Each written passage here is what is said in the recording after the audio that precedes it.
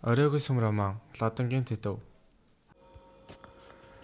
Монгол улсын Хөлбөмбөгийн баатар, ардын уран зохиолч, соёлын гавьяа зүтгэлтэн, төрийн шагналт, доктор, Монгол улсын боловсролын их сургуулийн хүндэт профессор, 20-р зууны манлай сэтгүүлч Лодонгийн төдвийн бичсэн Оройгүй сүм роман.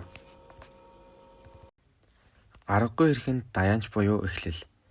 Ингэн усны говьд зуны аагим халуун бууж элсэн дунд ямар ч амтан үл үзэгдэх тэр өдөр хараагүй болсон хижээлэр таяг түшин ганцаар алхана. Түүний нүд хараагүйж сонсгол үнэрлэх чадвараараа элсэн довцог буд сөөгийг тарьж саадыг мэдэрч явсаар цөлийн ганц булаг болох ингэн усанд хурж ирнэ. Сохор ир өөрийн таягийг үүлэн бормоор хэмээн дуудаж өөртөөгөө яран ингэний хөвцөн газарт үлдсэн хатсан сүнг гардаж олж амтрахын идэнэ.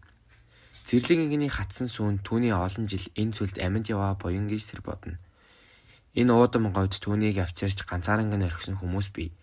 Түүний хинч мэдээгүй нууцаар цөлсөн бөгөөд идэх хоол өмсөх хувцсгүйгээр хайжээ. Тэр энэ бүхнийг хөв тавилан гэж хүлээн авч өөрийгөө даяанчийн сахилтай мэт амьдралд тасгана. Сохор ир хадны доогуур ухан гаргасан жижигхэн нүхэнд орогнож таягтайгаа нөхөд мэт ярьж өнгөрсөн амьдралдаа шудраг ёсны мөр хөөсөн нь эцэстээ намайг энэ зэлүүх газарт авчирчээ хэмээн өвөлсөөр явна. 1. Гицлийн сахил хүртсэн нь. Буян залбирах хийдийн гол сүмд нам гүм, бүрий барай, хүжийн үнэр сингэнэ. Шүтэний өмнөх ширээ, 7 цогц, 8 дахил, мандал, олбогц судлууд бүгд ёс гормын дагуу барилаж, лам нарын судал зэрэгцэн ингэсэн байлаа. Харин энэ нам гүмийг гэнэт нэгэн үйл явдал эвдэнэ. 7 настай их өвөн сонж гицлийн сахил хүртэж, бурхан шүтэний өмнө 3 таа мөргөж 10 дэвчлэгийг амлаж авна. Багш чаймчгэн түүнд сахилын ёсыг зааж хэрхэн 10 дэвчлэгийг сахиж бусдын өмнө ёсчлон зан үйл хийхийг тайлбарлана. Эцэг нь багасаа ядуу буруу өссөн тул буян залбирах хийдэд очиж бурхан ламнарт үйлчээж хайсан байлан шалсаагаар хооллож явахдаа их цэндэтэй нь уулзжээ. Тухайн үед эмэгтэй хүнийг сүмд ойртолдоггүй байсан тул олсон голзоо хувааж идэн өссөж эцэст нь гэр бүл болцоож ганц хүү 2 охинтой болсон аж. Ингэхдээ ганц хүүгээ лам болгоход бүхнээ зориулан ядуу зүдүү амьдрал нь үргэлжсээр байв. Эцэг их нь гэрээсээ хийдэд ирж хүүгийнхээ сахил хүрцэнд баярлан балин шалсаа авчирч өгнө. Санч хүү бага наснаасаа бэлтгэгдсэн учраас ёсыг мэдэж бэлэг авчирсан эцэг ихтэй талархан хүндэтгэл үзүүлнэ. 2. Ирэлт гарсан мөргөлчд. Гэлэн чамчиг багш залуу гэтэл санжийг авч буддын шашны тэргуун орон болох Лаас хот руу эргэл мөргөл хийхээр алсын замд гарна. Мөргөлчдийн цуванд тэд нэгдэж халахын Засагтхан аймгийн нутаг өртөөлөн давсаар өмнө зүг цорцсон билээ. Цувааны төрөнд яваад туршлагатай мөргөлчин алчаа ямаа харагдлаа замын бичиг тэгслээрээ хэмээн дуудам. Гэлэн чамчиг шамтаа андан зам зур элдв бусыг заан сургаж явахдаа өөрийгөө нутагтаа дахиж эргэж очихгүйч байж мэднэ гэсэн эмзэгөөг унгав. Чи замд миний ярьсныг анхааралтай сонс. Багш нь чамд дахиж ингэж ярих боломж олдохгүйж байж мэднэ гэхэд нь санаж гайхан. Бид хамт буцаад нутагтаа очино бистэй гэж лавлахад багшийн царайд үл мэдэх гуниг жирэлзэн алах болов. Чоймчиг лам нас ахиж холын замын бүрхэд явдал жилэрхэж яваагаа нуусангүй бөгөөд хорвоогийн амьдрал ирээнтэй бараантай хожим юу болохыг таашгүй хэмээн бэлэгдсэн нь шавийнхаа зүрхэнд багтаамжгүй санаа зовнил төрүүлнэ. Энэ яриа нь уг мөргөөл холын зоригтойг тэр тусмаа санжийг бурхны шатны их эрдэмт гүнзгий нэвтрүүлэх багшийн чин хүслийг илтгэн. Залуу санжийн өмнө тэртээ төвд хурж буддын их төвд ном үзэх шин зам нэгдэж байгаа нь энэ байлаа. Багш яв хоёрын замдаа эрдэм ном ёс суртахууны тухай их өөрлөлдөн явсаар замын зовлон бэрхшээлийг сүсэг бишрэрлийнхаа хүчээр даван туулна. Ингэж явсаар нэгэн айлын гадаа хоног дөөрүүлэхээр болгох орондоо ороход чоймчиг гэлэн санжид түүхээ ярьж өгүүлв. Урд би 6 дугаар далай ламыг сахилаа сахиж чадалгүй алдас хийсэн гэж мэдэх болохоор нэг их сөжүүлдэггүй байлаа. Одоо бол бид хоёрын ялгаа үгүй болж гэж гэлэн санаа алдав. Та сахилаа сахисаар л байгаа шүү дээ багш минь гэж гисэл сануулав. Чамчиг гэлэн хэсэг зур юу ч хэлсэнгүй дугуй хөвцээр байхад санж түүнийг нойрсож эхлэв гэж бодоод мөн өөрөө зөөрмөглөн байлаа. Тэгтэл багш нь аяар дугаар 6 дугаар далай лам цаньян жамстан их уян сэтгэлтэй хүн байсан юм гэдэг. Нэг бүсгүйтэй уйлгэж байгаад тэр нь бие давхар болсон юм гэдэг. Тэгтэл хятад зурхаашнаар тэр хүүхэд төрвөл Замбуу твийн эзэн суух хувь ёроолтой юм байна гэд яриа тараачихл дээ. Түүнийг нь эзэн хаан сонсоод зарлиг буулгаж 6 дугаар далай ламыг эмэгтэйтэй нь хөнөөх болсон юм гэдэг. Түүнчлэн ярьж байх зур чоймчиг гэлэн шавн аль хэдийнэ нойрсон байхыг хараад хөөхий залуу хүн нойр ихтэй юм даа хэмээн өрөвдөн өөрөө харж заван нулимсаа бөмбөрүүлнэ. 3. Замын мянган барцад. Алтан царгын давааг давж цэгсгрүүдийн бүлэг гороо хийж байгаатай тэд таарна. Түйдэг гал асаан бэлтгэлээ базаасан байв. Дээрэмчдийн зэрлэг харц, бараан нүр, улбар нүд, цагаан шүтэн, хүйтэн уулын салхинд улам сүрлэг харагдаж хачгарсаар дайран ирсэн нь мөргөжлийн дотор айдас төрөлөв. Гэвч бүх магнагийн ачаар дээрэмчдийг дийлэн цааш явна. Ингээд хамаг том саад бэрхшээлүүдийн нэг болох тэнгэр давааг давж бараг дуусах болоход отгоны бие модож амьсгалахад хэцүү болвол чамжиг гэлэн туршлагатай тул хар арих гаргаж ирэн амруун зүтгэл зүгээр болчихсон тэр. Тэнгэр давааны цаана гүн бом гих санжийн ховд хачин гайхмаар юмнууд байдаг. Үлгэрийн орон мэт газар байдаг аж. Өнөөх газарт нь сэрдэн чимээ суургаад зул өргөчхөд явхаар болов. Санжийн төсөөлж байсан шиг тийм ч үлгэрийн орон мэт газар байгаагүй нь харамсалтай. Ингээд цааш явж байтал хөх нуурын тэр хавьд баахан дээрэмчингүүл тааруул бүх магнаа бүгдийнх нь эсрэг зодолтон ялалт байгалав. Ингээд бүх магнаагаас айсан дээрэмчид хачгаралтан зогтснаар анх удаа хөх нураар явж байсан монголчууд дээрэм төлөлгүй өнгөрөв. Ингээд хамгийн том даваа болох хөх нуурын давааг давах болов. Нэг талаас хаттай уул, нөгөө талаас асар өндөр завчим эрэг дундуур гүн анангал шууган урсаж байлаа. Мөргөлчдийн цуваа хадан хисааны нарийнхан хижимдээгүүр удаанаар урагшлана. Хүмүүр зөрөг төгшөж болгоомжиж байлаа. Хархуу гинэд чанга найтайлгаж орхиход морин түнээс зочин дайлц хийхэд өндөр хавцлын ингэрээс хийсэн нисэж ногоорон эргэлтэх голд тойр хүн хоёр салж палхийн унаж далдарлоо. Дэрэгт нь явсан отхон хүүхэн айн зочин нөхрийнхөө адаас хашгиран савс хийтэл чамчиг гэлэн ууг сатан зөксөв. Санжид отгоныг сундлуулан явхад санж хүүхнийг тэрээд ингээд явж байгаа нь муугүй шимшиг бодогдов. 4. Бурхны хотын өөмэн дунд мөргөлчд бурхны хот болох Ласт эртгэж цовааны мөргөлчд бүгд таран явцгах болж нөхрөө алдсан отгоныг өрөвдөн чамчиг гэлэн санж гисэл хоёр үзэх гэснийг нь хамт явж үзүүлэх болов. Ингээд зургуул буюу отхон, санж, чамчиг бүх магнаа болон төрхтөөл олон хүчнийг авч төрсний улмаас лам болох хүслээ биелүүлж чадалгүй далай ламд очин мөргөл үйлдвэл өвчнөн ангишран гэж итгэж яваа үлзий зэрэгтэй хамт их 100 явах болов. Энэхүү бүлэгт төвд болон халах Монголын соёлын ялгааг ихээр харуулдаг. Тухайлбал тэд их 100-гийн хэрэмний гол хаалганд ирэв. Хаалганы ханын дагуу сууж байсан ядуу борой төвдүүд тэднийг хармагц гинэт ухсхийн босож хилээ гарган хоёр гарынхаа сарвууг зангидж гүшүү хэмээн хашгичав. Ийхүү мэдлж байгаа нь их 100-г зорж байгаа аялагчдаас бурхан нэрийг бузарлалгүйгээр зоос хураан авч хаалгаар нэвтрүүлэх заншлын нэг байлаа. Мөн төвд хүүхнүүдийг битүү өөрт нь багтсан богоовч зөөж нүрээ хараар боддог талаар нь ч төрсгөлдөг. Отгон алсын нутгийн залуу эмэгтэй урт зам тулан Ласын ариун газарт хөл тавина. Тэр зөвхөн мөргөл хийх гэж бус сэтгэлийн амар амгаланг болохоор иржээ. 100 зуул зэрэг асаж тосны үнээр бяцлаглын намуунд уншлах цөмийн дотор ариун уран хамсгал бүрдүүлнэ. Чамчиг гэлэн шав санж нар мөргөчдөд хөргөл бэлтгэн тайван хэмнэлтэй хөдлөнө. Түнчлэн тэд өргөж бурхтад мөргөж яваад нэг өрөөнд ортол газраар нь дүүрэн хулгана гүйж байсанд отгон айн хашгираад учрыг нь асуусанд төвдүүд хулганыг өлзийтэй амтан гэж үздэг бүр худалдаж авдаг талаар хэлв. Төвд хүмүүс халах Монголоос тис өөр бурхны шашныг шүтэх соёлтой ба төвдөд бараг бүхэл үлийг бурхны гэж үзэн зоос мөнгө шаардагдаж байгаараа ялгаатай. 5. Далай ламд мөргсөн нь мөргөлчд өглөө эрт босч далай ламд мөргөх боломж хов хишиг хүртэх гэж баяр өөртөөгөөр бэлтгэлтэй хангажээ. Тэд ховцос хоноор гоёл чимэглэлээр чимэгдэн ёс журмын дагуу алхаж далай ламд мөргөхөд бэлэн болцгов.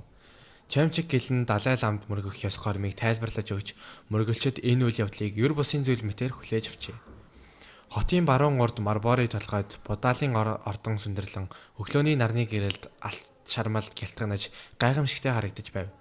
Ордон голоороо 13, цахаараа 9 давхар, дотооддоо 999 өрөөтэйгээр бүтээгдсэн бөгөөд өндөр сүрлэг байдлаараа бурхны орон мэт цэрэг дайчны цайзыг санагдуулам. Мөргөлчд ордны хаалган дээр очиход далай лам болох насанд хүрээгүй хүүхэд шар торгон жанч, зонхын малгайтай, залуутар боловч амарлангүй гунигтай байдлаар сууж байлаа. Мөргөлчдөд далай ламын өмнө нахисхийн бүхийн өлзий өөрийнхөө архаг өвчин, отгон өрийн хутаг хүссэн ирмэлзлээ. Далай ламд мөргөлдөө шингээж итгэлтэйгээр бясалгаж ажилласан будааг нь идэж байтал гээгнүүд нь орж ирцгэн цагчин дуслаа гэж хөөн гаргахад бүх магнаа ихэд урлаж байсан ч явхаас өөр аргагүй хөрөв.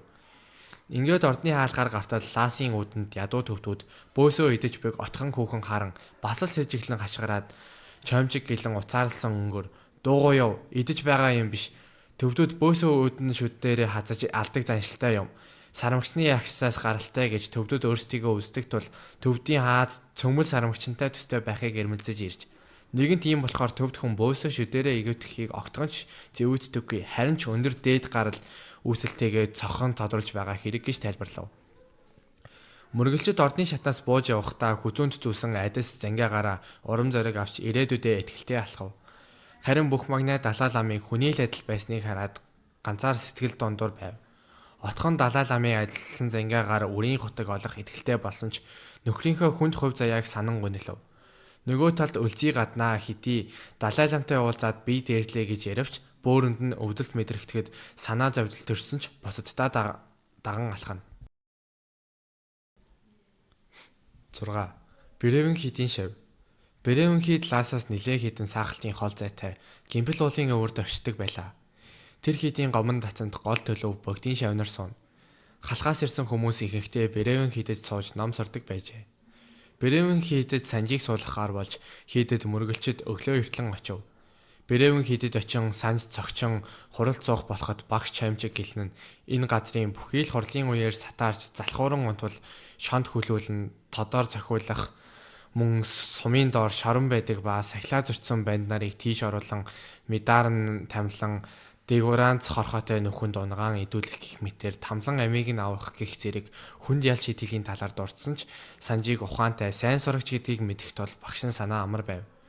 Ингээд хурал эхлэхэд ширээд лам шин шавнар дээр шалгах зорилгоор санжийг цоо ширттэл санжч мөчөөгөө өгөлгүй өөдөөсөн ширтэн уншлагаа сайн хийсэн тул ширээд ламд ихээр сайн үнэлүүлэн бурхны их хот Ласын 3 хийдийн нэгэн Бревен хийдэд бэлэг чанарын ухаан судлахаар ирж гомон дацангийн намдлын хадаг зиндаанд шавлан суулаа.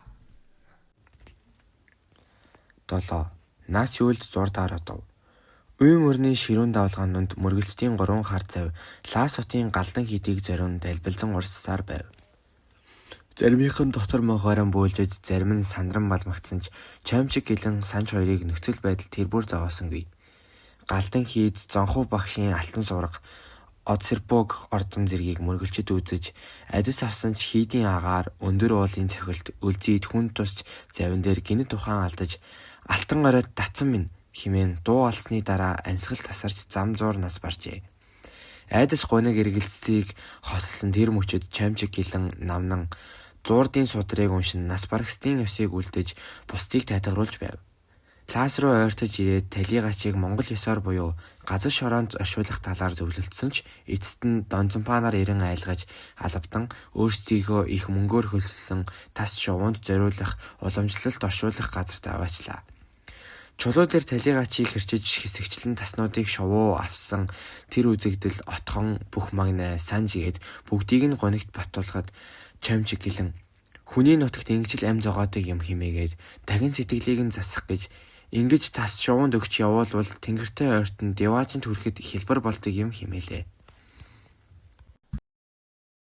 20,000-ын ерөөл Лосоор буюу төвдийн шинжил ортож айлууд гэрээ чимэглэн сүм хийдүүд их баг монлон бэлтгэлээ хийж байна.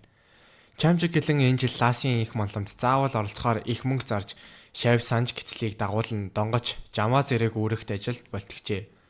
Ласын их монлом нь 20,000 лам оролцдог 2-7 хоногийн турш үргэлжилдэг их чуулган бөгөөд эзэн хааны шавдан баттгах, Далай ламын нас уртсгах зэрэг шашны зан үйлүүдийг багтаадаг. Донгоч жамаа буюу тогооч болон туслахнаар олон мянган ламын хоолыг бэлтгэх томоохон үүрэг гүйцэтгэж санж гисэл жамаа нарын тоод утсан тул донгочийн удирдлага доор тогоонд будаага хутгаж шар тос нэмэх зэрэг ажлыг хийх болов.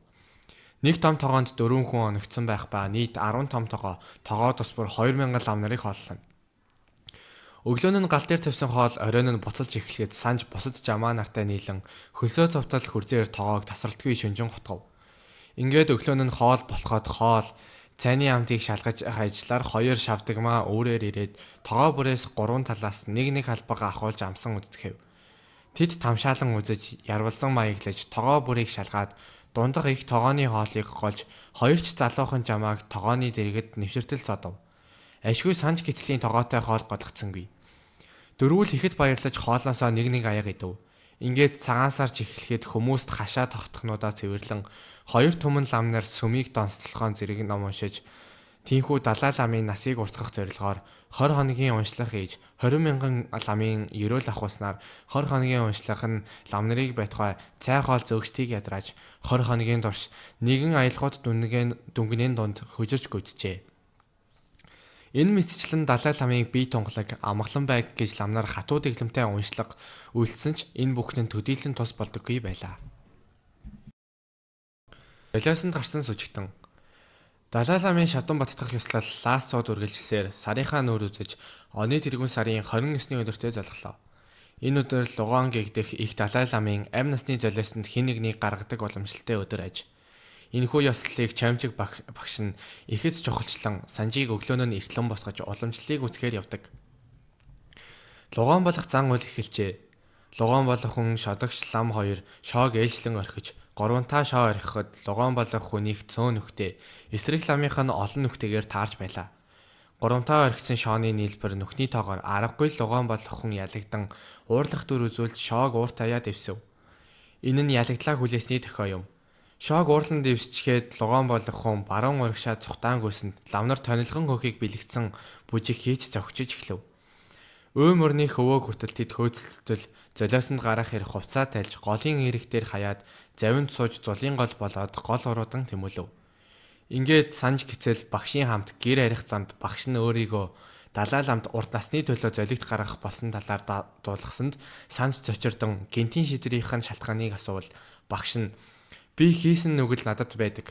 Зулын гол болж нүглээ намжлах нь надад бодсон агуу боломж гэм тэрний минь цагаатгал нь бас тэр мөн хэрв би энэ үйдэл зогсоохгүй бол нүгэл минь улам үргэлжилж нэмэгдэх нь лавтай хэрэг хэмээн хариулв.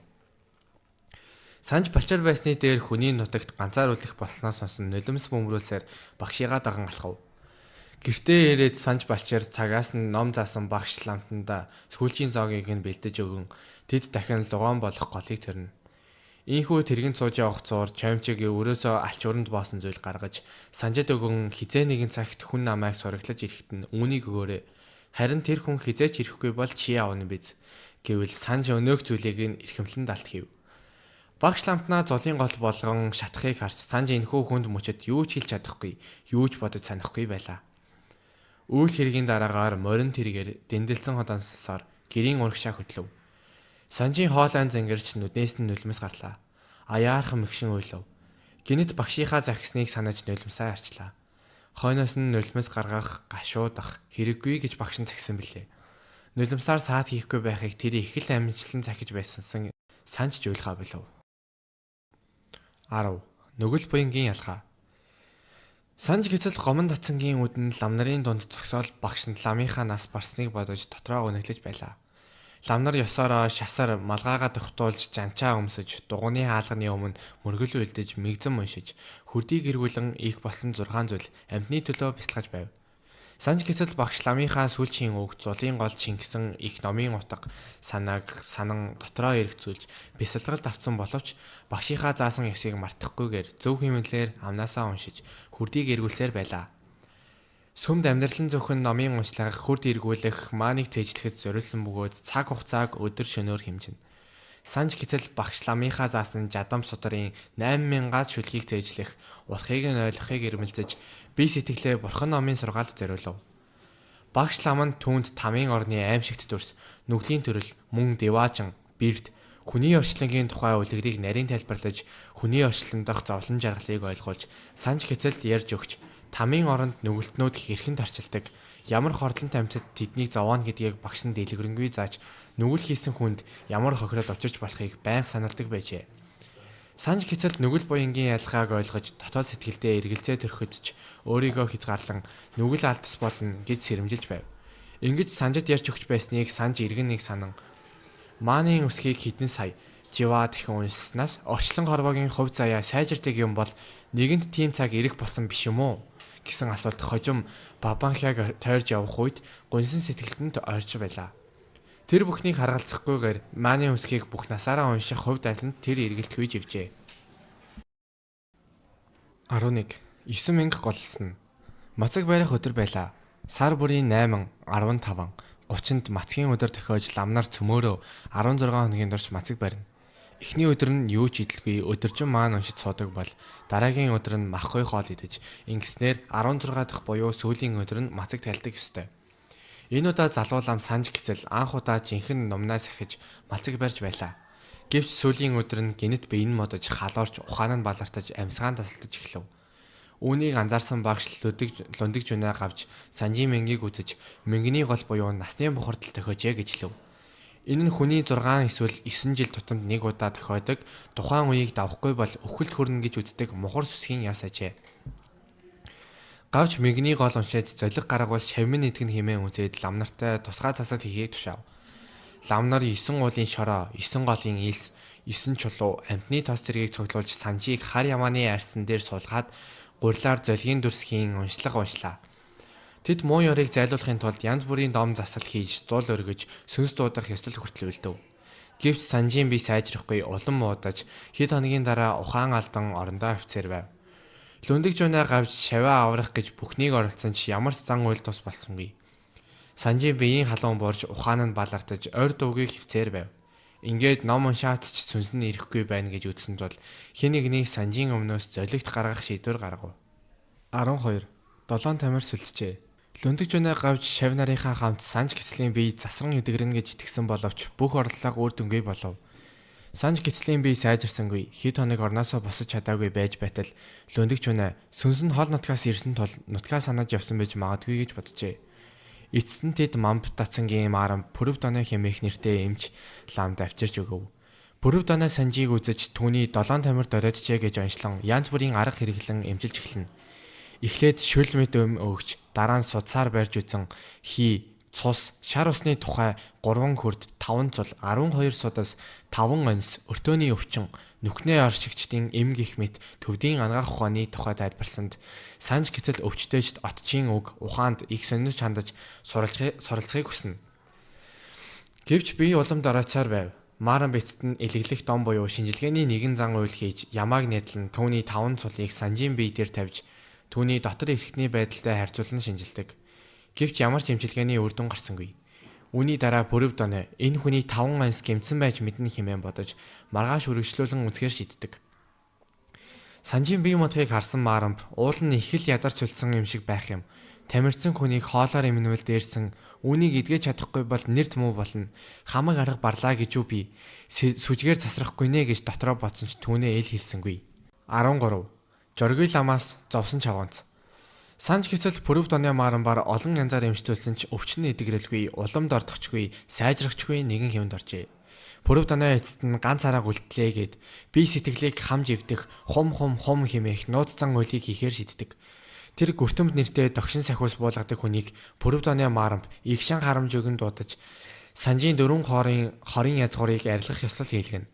Гүртэм сүртэй хувцс өмсөж 5 өнгийн титэм зүүж сэлмээ эргэлдүүлэн гашгарч маан уншин зан үйл хийн.